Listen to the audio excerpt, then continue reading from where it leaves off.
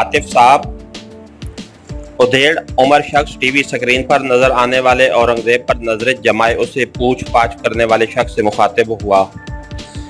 मेरा ख्याल है उसने कोई बात छुपाने की कोशिश नहीं की। जी सर। आतिफ का मुदबाना लहजा इस बात का मदर था कि वो अपने सीनियर से महवे कलाम है।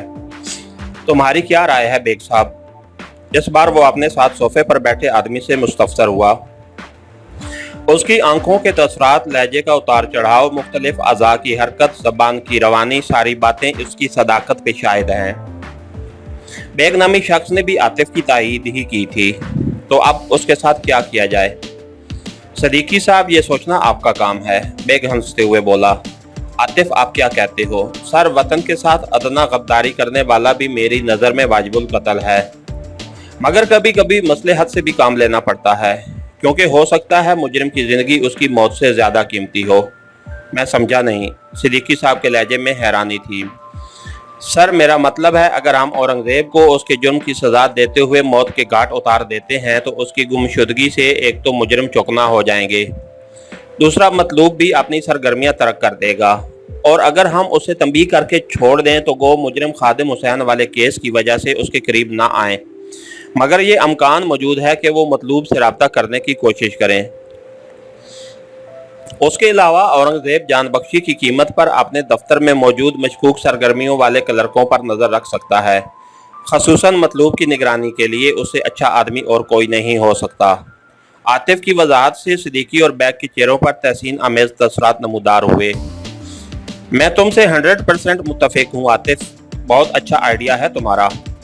इसका मतलब है औरंगज़ेब को रिहा कर दें सर? आतिफ ने पूछना मुनासिब समझा। उसके मुतल्लिक फैसला करने का इख्तियार मैं आपको तफवीज़ करता हूँ, सिद्दीकी साहब खुशदिली से बोला। उसके बावजूद मैं आपकी राय और मशवरे का मोहताज हूँ।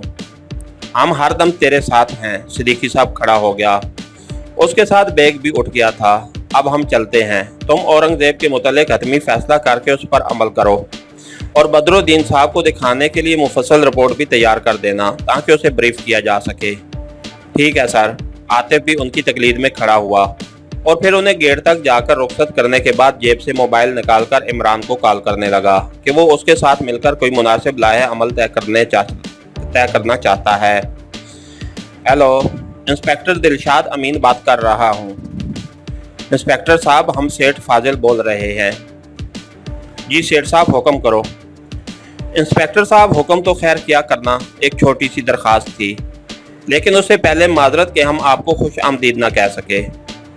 वैसे उसमें ज़्यादा गलती तो इंस्पेक्टर इकराम की है, जिसने हमें आपकी आमद और अपनी रुखसती के मुतल्लिक पता न चलने दिया। बहरहाल जो हुआ सो हुआ, उसका अजाला करने की कोशिश हम करेंगे। सेठ साहब, मैं आपकी बात समझने में नाकाम रहा हूँ। आह आह आह, फाजिल अली के मुंह से एक मसनूई कहका बरामद हुआ। आप बहुत दिलचस्प आदमी हैं दिलशाद साहब, आपसे खूब निभेगी। सेठ साहब, काम की बात करें, वरना राब्ता मुनक़ता होने की सूरत में शायद आपको सबकी महसूस हो। इंस्पेक्टर साहब, राब्ता बहाल करना तो खैर हम जानते हैं, लेकिन चूँकि आप हमसे वाकिफ़ नहीं हैं, इसलिए इस गलती को नज़रअंदाज करते हुए असल बात की तरफ आते हैं, और वो ये है कि साहिल समुंदर पर बने हुए हट से आपने कुछ माल बरामद किया है, और उसके साथ दिलदार अली और शमशेर नामी आदमी भी गिरफ्तार किए हैं। तो जनाब, अर्ज़ ये है कि वो माल उन्हीं आदमियों के हवाले करते हुए अगर आप उन्हें अगले चंद मिनटों में रिहा कर दें तो ऐन नवाजिश होगी। आपका नजराना घंटे आध घंटे तक पहुंचा दिया जाएगा। सेठ साहब, मैं लानत भेजता हूँ रिश्वत लेने वाले पर, और 2 दफ़ा लानत भेजता हूँ रिश्वत देने वाले पर। अगर तुम्हारा कोई बंदा थाने आ गया है तो वापस नहीं जा सकेगा, और दुआ करो कि दौरान तफ्तीश वो तेरा नाम ना ले, वरना जल्द बिलमुशाफा मुलाकात भी हो जाएगी। मिस्टर दिलशाद, तूने परसों का अखबार पढ़ा होगा। अगर नहीं पढ़ा तब भी हम एक खबर की तरफ आपकी तवज्जो मबजूल करवाना चाहते हैं कि एक 10 साला बच्ची का गैंगरेप हुआ कहीं और नहीं, अपने रोशनियों के शहर कराची में। बेचारी की लाश ही वालिदैन को मौसूल हो सकी। ये तो वैसे एक लिहाज से अच्छा हुआ, क्योंकि अब वो वैसे भी किसी के काबिल नहीं रही थी। बहरहाल हमारा बात करने का मकसद ये है कि वो बच्ची बिल्कुल आपकी बेटी की हम उम्र थी, बस चंद माह का फ़र्क होगा। तक तुम गंदी नाली के कीड़े, तुम्हारी ये जुर्रत कि मेरी बेटी की तरफ मैली नजरों से देखो। गुस्से की शिद्दत से उससे बात मुकम्मल न की जा सकी। इंस्पेक्टर, हम तुम्हारे फायदे की बात कर रहे थे। अभी भी वक्त है, संभल जाओ। तुम कब तक पैरा बैठाओगे अपनी लाडली पर? यूं भी पुलिस के सिपाही जितने मुस्तैद होते हैं वो तुम खूब जानते हो। कम अज कम मुझे कुछ बताने की जरूरत नहीं है।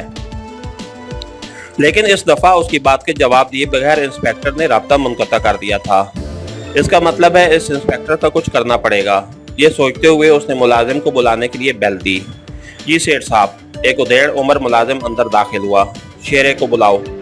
और वो दोबारा जी सेठ साहब कहता हुआ कमरे से निकल गया। सलाम सेठ साहब। चंद लम्हों बाद शेरा अंदर दाखिल हुआ। सलाम के जवाब में फाजिल अली ने सर हिलाते हुए कहा, शेरे, ये नया इंस्पेक्टर थोड़ी गर्मी दिखा रहा है। आप हुक्म करें सेठ साहब, ठंडा कर देते हैं। असल में पठान है ना, सोचता कम है और बोलता ज्यादा है। पठान है? फाजिल अली ने हैरानी से पूछा। किस इलाके से ताल्लुक रखता है? इलाके का तो पता नहीं है सेठ साहब, इतना मालूम है कि कौमियत पठान है। अलबत्ता उसकी पैदाइश यहीं कराची की है। ये हुई ना बात? वो खुशी से बोला। शायद उसके शैतानी दिमाग में कोई नया मंसूबा परवरिश पा चुका था। अब ये बताओ कि आपने किस किस आदमी का नाम NON तंजीम के रुकन के तौर पर उनके पास रजिस्टर्ड है? कोई 6-7 बंदे होंगे सेठ साहब। शेरा कुछ न समझने वाले अंदाज में बोला। बहुत हैं, तुम बैठो और गौर से हमारी बात सुनो।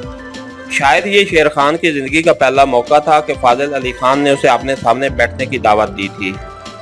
वो झिझकते हुए बैठ गया और फाजिल भी उसे तफसील से अपना मंसूबा समझाने लगा। जिसके साथ ही हमारी आज के एपिसोड का इख्तिताम हुआ। कहानीगर चैनल को सब्सक्राइब कीजिए, लाइक कीजिए और बेल आइकन को प्रेस कर दीजिए ताकि हर आने वाली वीडियो आप तक बर वक्त पहुँच सके। शुक्रिया।